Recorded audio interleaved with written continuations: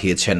নবী করিম সাল্লাল্লাহু আলাইহি সাল্লাম মাঝে মধ্যেই তার সাহাবীদের কাছে অনেক শিক্ষামূলক গল্প বলতেন এবং তিনি তার উম্মতকে এই সমস্ত শিক্ষামূলক গল্প বলার অনুমতি দিয়েছেন।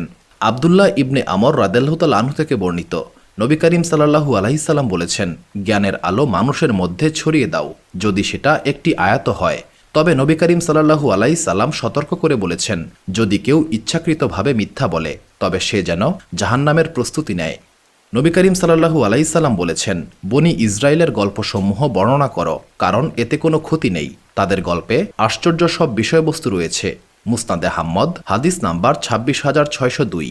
নবী করিম সাল্লাল্লাহু আলাইহি সাল্লাম বলেছেন, আহলে কিতাব অর্থাৎ ইহুদি ও খ্রিস্টানদের কাছে কোনো বিষয় জিজ্ঞাসা করো না, কারণ তারা তোমাকে সঠিক পথ দেখাবে না। এমনও হতে পারে তাদের মাধ্যমে তুমি সত্যকে অস্বীকার করবে এবং মিথ্যাকে বিশ্বাস করবে।